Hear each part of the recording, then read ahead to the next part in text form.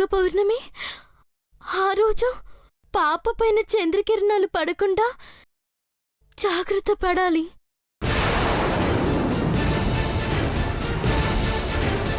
లేకపోతే చాలా ప్రమాదం.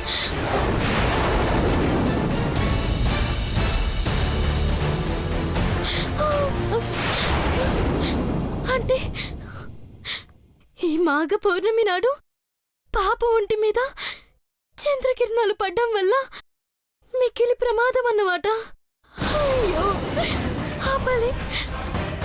అది జరగకుండా ఎట్లనైనా ఆపాలి. ఆపాలి ఆపాలి.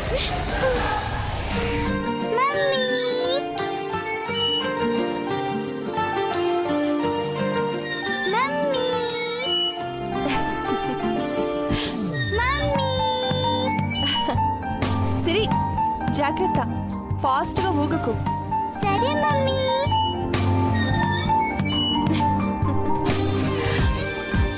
అంజలి,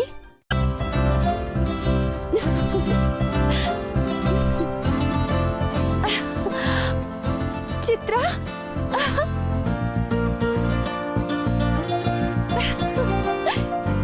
ఏంటి సడన్ సర్ప్రైజ్? నువ్వు వచ్చావన్న విషయం తెలుసుకొని మరీ వచ్చాను. కానీ నువ్వే మా ఊరొచ్చి కనీసం ఫోన్ కూడా చేయలేదు. అయ్యో, అంతా ఏదో సడన్ గా జరిగిపోయిందే. సడన్ గా జరిగిపోయిందా, లేకపోతే మీ హస్బెండ్ చూపించే ప్రేమలో పడి మమ్మల్ని మర్చిపోయావా? ఏయ్, పిల్లల ముందు ఏంటే నువ్వు? వీడు నా కొడుకు గౌతమ్. తను నా కూతురు సిరి. సిరి, ఇట్రామ్మా.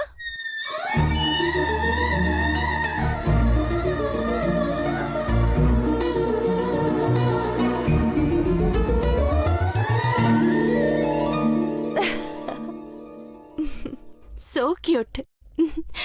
చాలా అందంగా ఉంది. సిరి, గౌతమ్తో వెళ్ళి ఆడుకో. అలాగే మమ్మీ. రా.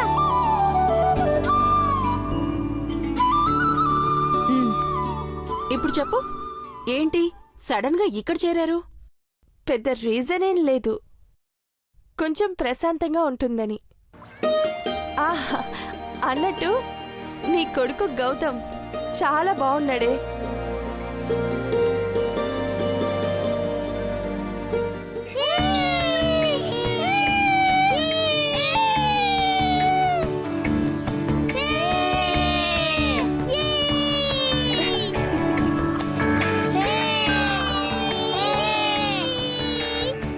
నాకు సిరిని చూస్తుంటే గీతే గుర్తొస్తుంది.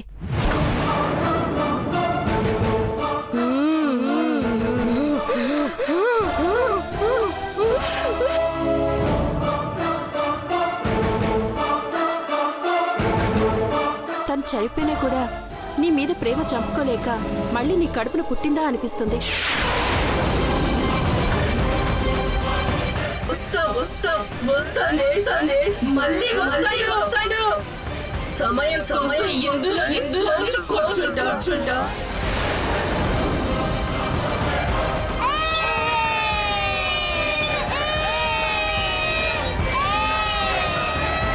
అప్పట్లో మీ ఇద్దరిని చూసి మేమెంత అసూయపడేవాళ్ళమో తెలుసా?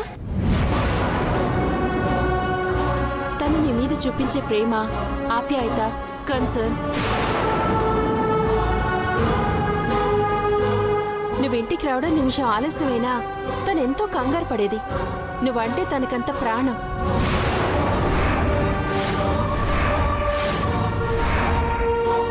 తను తప్ప నిన్ను ఎవరు ప్రేమించినా అస్సలు ఒప్పుకునేదే కాదు.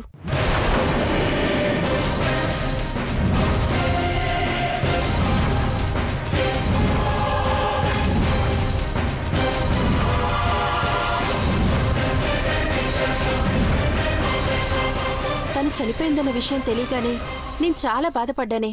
అసలు నమ్మలేదు కూడా.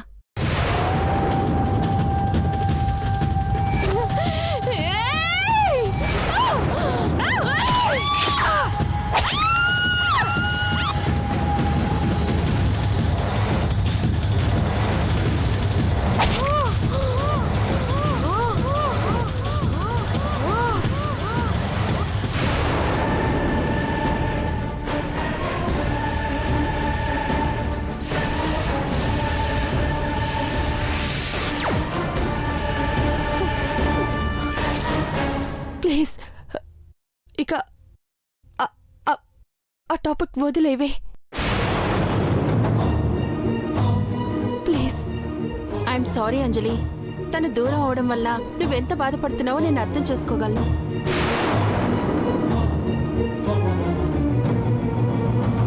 తను భౌతికంగా లేకపోయినా తన మనసు మాత్రం ఎప్పుడూ నీ చుట్టూనే తిరుగుతూ ఉంటుంది అనిపిస్తుంది.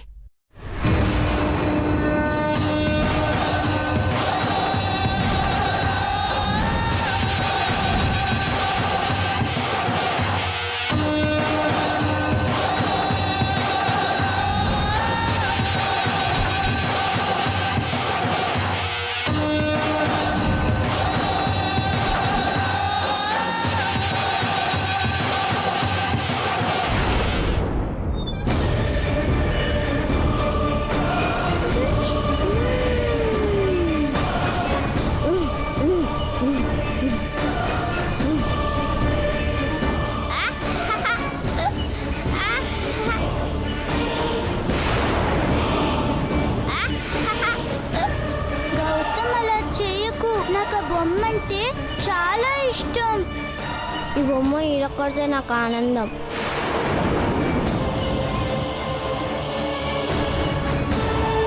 గౌతమ్ ప్లీజ్ గౌతమ్ అలా చేయకు, మా డాడీ గిఫ్ట్ గా ఇచ్చారు.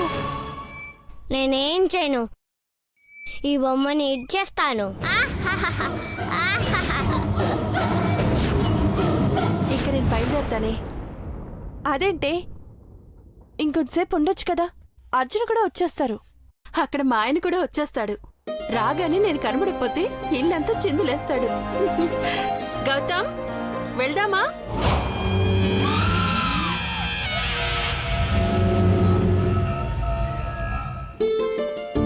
రా గౌతమ్.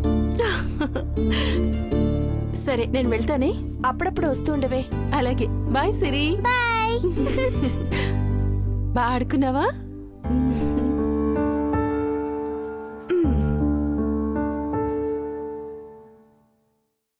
ఇంకోసారి ఆ బాబుని ఇంటికి రానివ్వద్దమ్మా.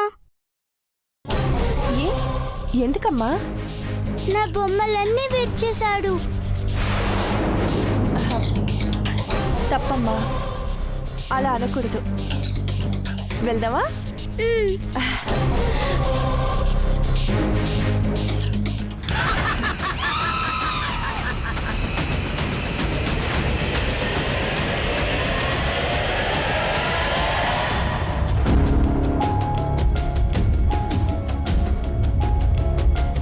ఏంటి పూజ, సడన్ గా ఎక్కడికి బయలుదేరుతున్నావు? అగ్రజన్ దగ్గరికి వదినా.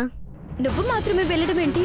పాప పుట్టినరోజుకి అందరం కలిసే వెళ్దాం అనుకున్నాం కదా. అప్పటి వరకు వేచి ఉండినా ఆలస్యమైపోవును వదినా. నేనిప్పుడే వెళ్ళవలను. స్వామీజీ చెప్పిన మాటలకు కంగారు పడుతున్నావా పూజ? నాది కంగారు కాదు వదినా, వాళ్ళకి ఏమీ కాకూడదని నా తాపత్రయం. ఆ స్వామీజీ అన్న మాటలు నమ్ముతున్నావా? నమ్మిన దాన్ని నమ్మకం అందరు కానీ జరిగిపోయేదాన్ని కాదు కదా. ఆ స్వామివారన్న పలుకులు నిజమవ్వని ఎడల నా ప్రయత్నం మాత్రమే వృధా అవుతుంది. లేనిచో వారి ప్రాణాలకే ప్రమాదం. ప్రాణం గొప్పదా, ప్రయత్నం గొప్పదా? నువ్వే ఆలోచించు వదినా. మరి ఈ విషయం అర్జున్కి ఫోన్ చేసి చెప్పొచ్చు కదా. అమ్మ పలికిన పలుకుల్లో ఒక నిజమున్నది వదినా. ప్రశాంతంగా ఉన్న వారి జీవితంలో మరలా ఇటువంటివి చెప్పి వారి మనసును క్షోభింపచేయట భావ్యం కాదు. స్వామివారన్నట్టు వచ్చే మాఘ పౌర్ణమి నాడు ఆ చిన్నారి పైన చంద్రకిరణాలు పడకుండా ఆపగలిగితే చాలు కదా. అందుకే నేను వెళ్తున్నాను వదినా. మరి అత్తయ్య అడిగితే ఏం చెప్పను? అగ్రజుడి దగ్గరికి వెళ్ళనని చెప్పదినా. నేను వెళ్ళి వచ్చేదను. జాగ్రత్త.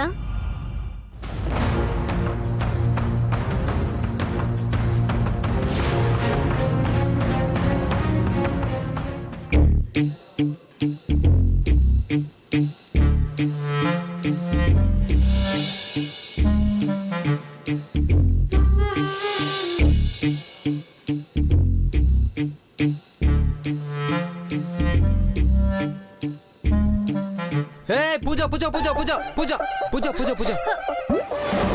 ఏంటి? నన్ను నిడిచి నువ్వు వెళ్ళిపోతున్నావా పూజ? నీ మోమునకు ఆ ఏడుపు మిక్కిలి అసహ్యంగా అనిపించుచున్నది.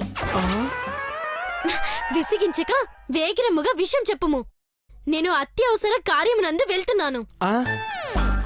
ఇగో పూజ, నువ్వేం అనుకోకపోతే కొంచెం తెలుగులో మాట్లాడొచ్చుగా ప్లీజ్. అస్సలు అర్థం కావడంలా. విషయం ఏంటో చెప్పుము. నువ్వు మరీ కొంత సీరియస్గా చూడకు, నాకు అసలు భయం వేస్తుంది. త్వరగా చెప్పుము. అది అది ఏంటిది? ముందు ఇది పట్టుకో.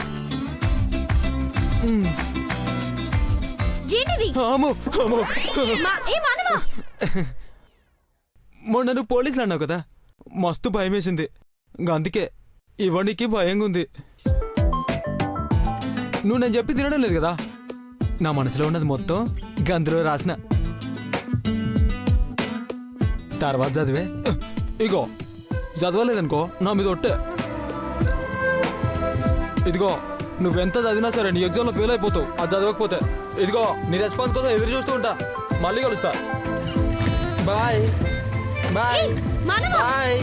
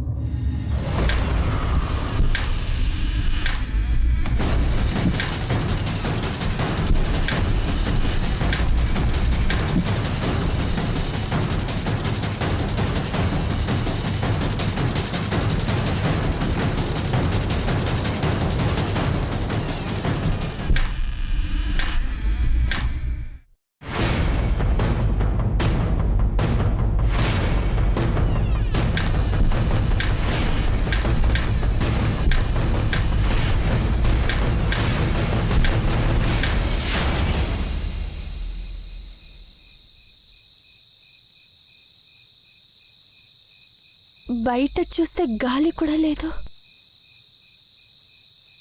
ఈ డోర్లు ఎందుకో వాటంతట అవి కొట్టుకుంటున్నాయి.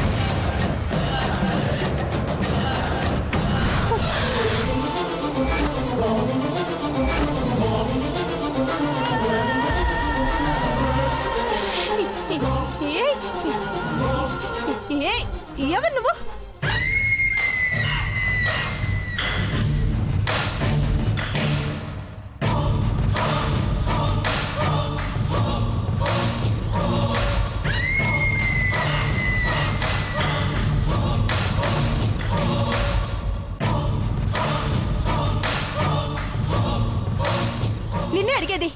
ఎవరు నువ్వు? సాకి సాకేనా?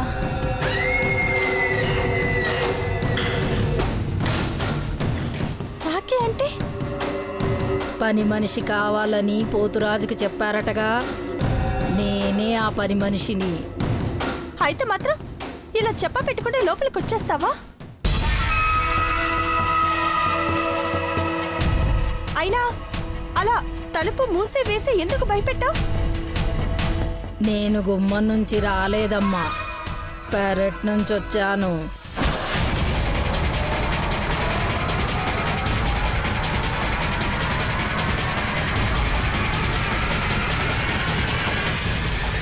ఏమైందమ్మా? సరే సరే, ఇంకోసారి ఇలా భయపెట్టేలా రాకు. ఎప్పుడొచ్చినా తలుపు కొట్టిరా, సరేనా? మీరు ఇంటికి కొత్తగా వచ్చారమ్మా. నేను మీరు రాకముందు కూడా ఈ ఇంట్లో పని చేసేదాన్ని. ఈ ఇంట్లో ప్రతి మూల నాకు తెలుసు.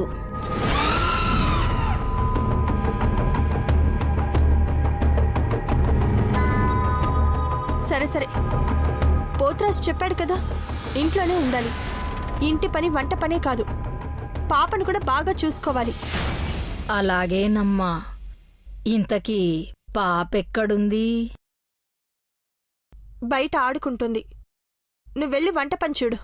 అలాగే అమ్మగారు.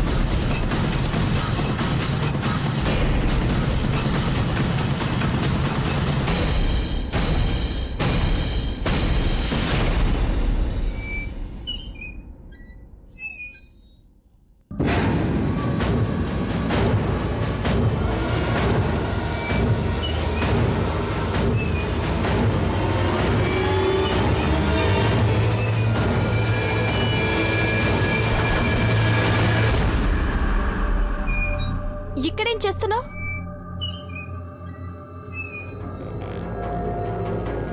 పాప చాలా అందంగా ఉందమ్మా. నా దిష్టే తగిలేలా ఉంది.